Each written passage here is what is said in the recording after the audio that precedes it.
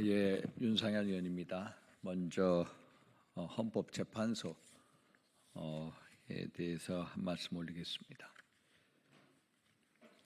스스로의 권위와 존재 이유를 부정하고 있는 헌법재판소는 이제라도 적법 절차를 준수해서 공정한 판결에 나서야 한다.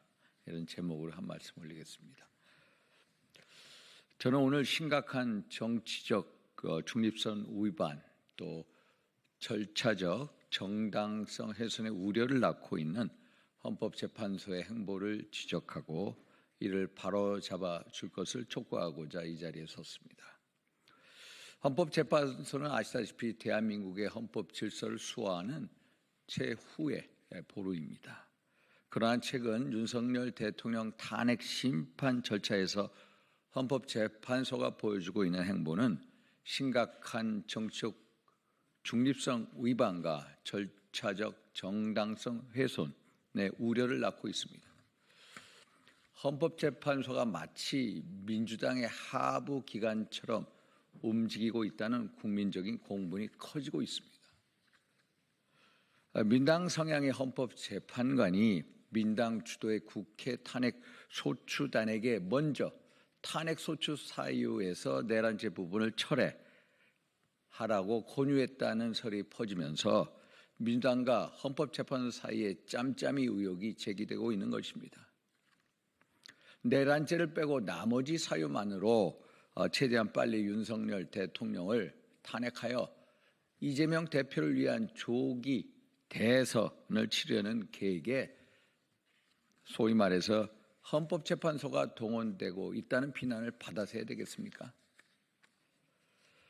또한 헌법재판소는 헌법재판소법 제32조에서 재판, 소추 또는 범죄 수사가 진행 중인 사건의 기록은 송부를 요구할 수 없다라고 명시하고 있는데도 국회 탄핵소추단의 송부 촉탁 신청을 받아들여 12.3 비상계엄 수사기록 확보 요청을 채택했습니다. 이는 명백한 위반이며 이래서 헌재가 민당이 주도하는 국회 탄핵소추단과 한통속이라는 비난을 받고 있는 것입니다. 헌법재판소가 탄핵 사유에서 내란죄를 제하겠다는 국회 탄핵소추단의 요청을 들어주고 또 관련 수사 기록을 증거로 채택하는 것은 도무지 이해할 수 없는 결정입니다.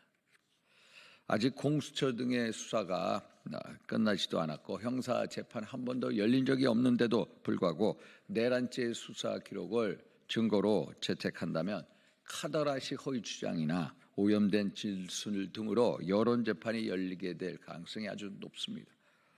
결코 이래서는 안 됩니다. 헌법재판소는 탄핵 심판의 중대한 사안을 졸속 처리하고 있다는 비판도 받고 있습니다.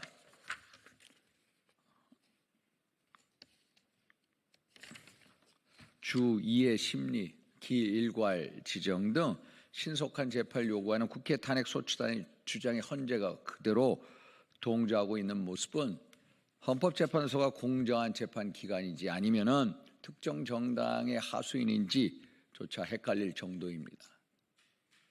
적법 절차를 준수하여 공정하고 신뢰할 수 있는 판결을 내려야 할 헌법재판소가 법치주의 원칙을 벗어나서 특정 정당의 정책 의도에 휘둘리는 모습을 보여서는 아니 될 것입니다. 국민의힘은 국회의원의 심의 표결권을 침해한 헌법재판소의 행위에 대하여 즉각 헌법 소원을 제기해야 합니다.